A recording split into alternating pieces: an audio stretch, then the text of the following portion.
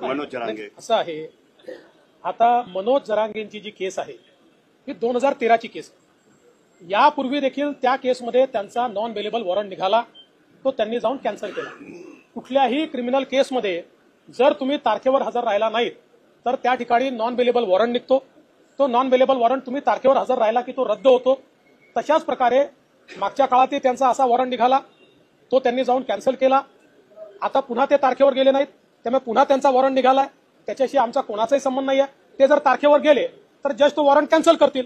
आमच्याही बद्दल असे वॉरंट निघाले आहेत यापूर्वी, आमच्यावर अनेक आंदोलनाच्या केसेस आहेत। त्या केसेसमध्ये जेव्हा जेव्हा आम्ही गेलो नाही त्यावेळी आमच्यावर वॉरंट निघाले, आम्ही जाऊन त्या ठिकाणी सांगितलं आम्ही हजर झालो तर ते वॉरंट रद्द होतात। पण मी काही त्यांना दोष देणार नाही। मागच्याही वेळी उपोषणाच्या शेवटी ते माझ्या आईवर बोलले होते, मग नंतर त्यांनी माफी पण मागितली आणि सांगितलं की जरा उपोषणाने माझ्या डोक्यावर परिणाम झाला होता किंवा मला त्रास झाला होता, त्यामुळे मी रागारागात बोललो। आपण असं समजूया की आता उपोषणामुळे पुन्हा त्यांचा संताप झाला आणि ते या संदर्भात बोलले।